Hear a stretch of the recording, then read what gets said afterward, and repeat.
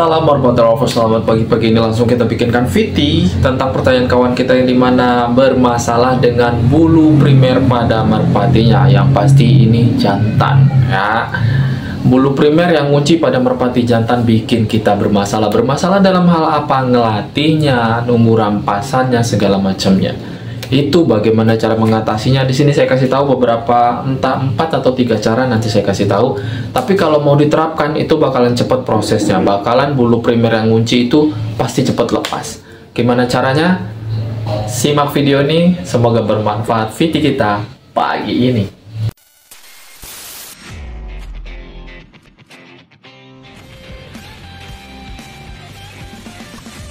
Selamat pagi, salam warahmatullahi wabarakatuh. Semoga sehat selalu di luar sana dan lancarkan isinya tanpa terkecuali. Pagi ini cerah, nggak tahu sore nanti hujan ya.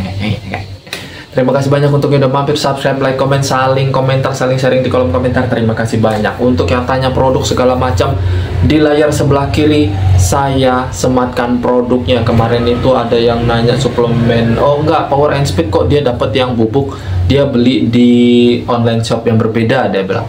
Nah, kalau saya pribadi saya nggak tahu, saya nggak pernah pakai yang bubuk. Yang pasti maka saya bilang di channel saya di layar sebelah kiri itu ada produknya, saya sematkan, tinggal klik langsung check in, check out, nyampe barang selesai kan. Kadang banyak diskonnya ya kayaknya.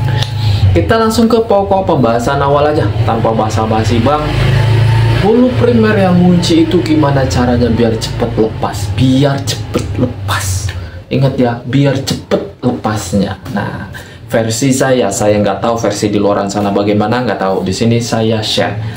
Yang pertama, entah jantan atau perempuan, entah jantan atau betina, itu bodoh amat, nggak peduli ya. Biasanya yang mereka permasalahkan itu kalau merpati jantannya, kalau bulu primernya itu ngunci, kalau betina ngunci, bodoh amat. Bulu jantan yang ngunci itu yang harus dilakukan pertama bang. Seandainya misalkan dia masih posisi bulu kerja, ya pahami ya, kalau dia masih bulu kerja jangan dimainin. Nah jadi gimana bang? Ya jangan dimainin. Kalau mau merpatinya cepat lepas bulu primernya nggak ngunci, jangan dimainin. Dilop-lop boleh bang, jangan dilop-lop. Karena apa? Semakin banyak pergerakan yang dilakukan si merpati yang lar primer yang ngunci, maka otot semakin kuat untuk mengikat tulang bulunya. Itulah kenapa merpati yang lebih sering main pas posisi bulu primer yang ngunci itu bakalan susah lepas. Tapi nggak semuanya memiliki masalah seperti ini ya. Itu yang pertama. Jadi triknya jangan dilop-lop dulu, jangan dimainin dulu. Istirahat total. Tunggu sampai larinya lepas. Dan tahap yang kedua atau trik yang kedua, penjemuran. Jangan nanti mentang-mentang nggak dimainin terus jemurnya sesuka jidat, seenak hati karena nggak tahu peraturan gimana caranya si bulu primer ini lepas. Jangan. Yang pertama sudah dikasih tahu tadi, jangan dimainin lagi, jangan dilop-lop lagi, istirahat total. Yang kedua, sistem penjemurannya cukup 15 menit aja, jangan lama-lama. Ya, paham? Jangan sampai 1 jam lah, 15 menit, 30 menit itu udah cukup untuk merpati yang lar primernya ngunci biar lepas. Nah kalau sistem mandi bang gimana? Kalau sistem mandi nggak apa-apa, tetap dilanjut seperti biasa. Yang berikutnya setelah 4 sistem kayak gitu, stop dimainin atau karantina. Terus tadi sistem penjemuran 15 menit sampai 30 menit, nggak boleh lebih. Terus kalau mandi ya dibolehin. Yang keempat berarti jor minyak ikan. Memang jor minyak ikan itu bisa mengakibatkan bulu halus juga ikut rontok. Tapi kalau saran saya di VT kali ini khusus untuk ngelepasin lar primer merpati yang ngunci jantan ya, itu seminggu 3 kali aja udah cukup. Seminggu 3 kali udah cukup. Dan yang kelima, mau tahu yang kelima? Yang kelima, beras merah. Buang jagungnya atau ganti jagungnya pakai beras merah. Dijamin cepat lepas. 5 proses harus dipahami. Tentang penjelasan beras merah saya udah kasih tahu. Tentang pernah penjelasan minyak ikan saya juga kasih tahu. Memang ya, penjelasan minyak ikan ini kalau memang terlalu berlebihan efeknya memang panas. Dan kalau efek dari beras merah terlalu rutin memberikan dan terlalu banyak dikonsumsi pada merpati tersebut, otomatis merpati bakalan rontok. Bulu primer atau sekundernya bakalan lebih cepat lepas. Itu. Ingat ya. 1. Jangan pernah dimainin lagi atau fokus karantina. Kalau mau sekedar diumbar, umbar boleh 15 menit selesai. Umbar 15 menit selesai, sisanya karantina seharian. Itu. Perawatan sistem jemur. Jemur cukup 15 menit sampai 30 menit, itu udah lebih dari cukup. Paham ya? Yang ketiga, proses mandi. Silakan, nggak apa-apa mandi sesuai peraturan yang udah biasa, settingan awal nggak apa-apa. Duduk telur, cabut telur, mandi, nggak apa-apa, lanjut aja. Yang penting 2 tahap sebelumnya harus dilakukan. Yang keempat, minyak ikan itu wajib untuk mau ngelepasin bulu primer yang ngunci.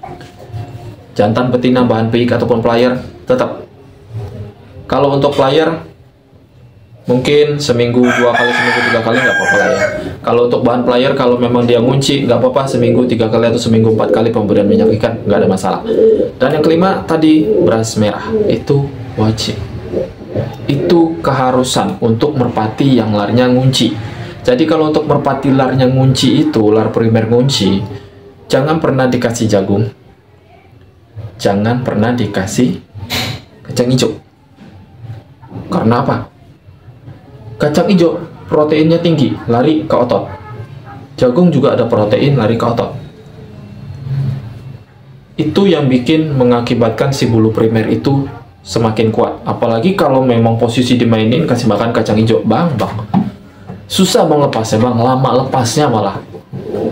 Itu pengalaman saya ya, saya nggak ngada-ngada, selama ini memang itu yang saya terapkan. Dan ada beberapa kawan kita di kolom komentar, bahkan lebih kalau saya bilang cukup banyak hasil positif yang ngikutin segala macamnya. Walaupun orang bilang, oh saya jarang ke lapangan, ya wajar, karena saya ngedit film, channel review film saya ada beberapa, jadi saya repot di situ. Saya lebih fokus nyari duit dan duit, bukan lebih fokus mainin burung. Kalau di channel burung ini saya hanya berbagi pengalaman yang saya alami sekian lama, puluhan tahun. Dari saya kecil ngikut dari adik kakek itu, terus bapak, sampai saya, ibaratnya udah generasi ketiga. Itu yang saya bagikan. Jadi saya nggak terlalu ngada-ngada, nggak terlalu berlebihan. Kalau saya bilang mitos-mitos, kalau saya bilang nggak logis, ya nggak logis, gitu aja. Saya punya pendirian, dan semoga teman-teman di sana punya pemikiran yang sama, yang sama, logis dalam bermain merpati. Ada pertanyaan lagi tentang kawan kita yang dimana dia bilang, bang, sebetulnya terah itu memang dari sananya atau dibikin? Dan di sini mungkin ini untuk bahan video selanjutnya ya. Kalau saya bilang terah itu dibikin, bukan dari sananya. Ingat, merpati yang sering lomba, sering juara, otomatis ada nama. Nah, disitulah dia memiliki terah. Terah apa? Terah juara. Dianakin, oh anaknya siapa? Anak si A. Oh cucu si A. Oh cicit si A. Itu. Jadi bukan nggak mungkin kalian kandang-kandang kecil, peternak kecil, yang sering breeding, nyoba-nyoba, bukan nggak mungkin punya terah sendiri dan wah. Hanya posisi kita berbeda. Mungkin posisi kita karena menengah ke bawah, sedangkan mereka yang punya terah menengah ke atas, jadi mereka lebih terkenal. Itu sih kalau menurut saya. Intinya semua karena duit dan duit. Kalau lo punya duit, lo ikut event 1M, 500 juta, lo bakal terkenal bang. Tapi kalau lo nggak punya duit, walaupun merpati lo bagus bang, harganya paling mentok puluhan juta. Dan ikutnya pun pasti ikut paling event-event puluhan juta. Itu udah keukur. Jadi nggak bisa dipungkiri tentang hal permasalahan terah segala macam, tetap duit yang bernyawa bang. Untuk video kali ini penjelasannya saya rasa cukup. Untuk pembahasan tadi agak belakangan video atau VT, nanti kita bahas di permasalahan video berikutnya. Terima kasih banyak. Salam Merpati Lovers Indonesia.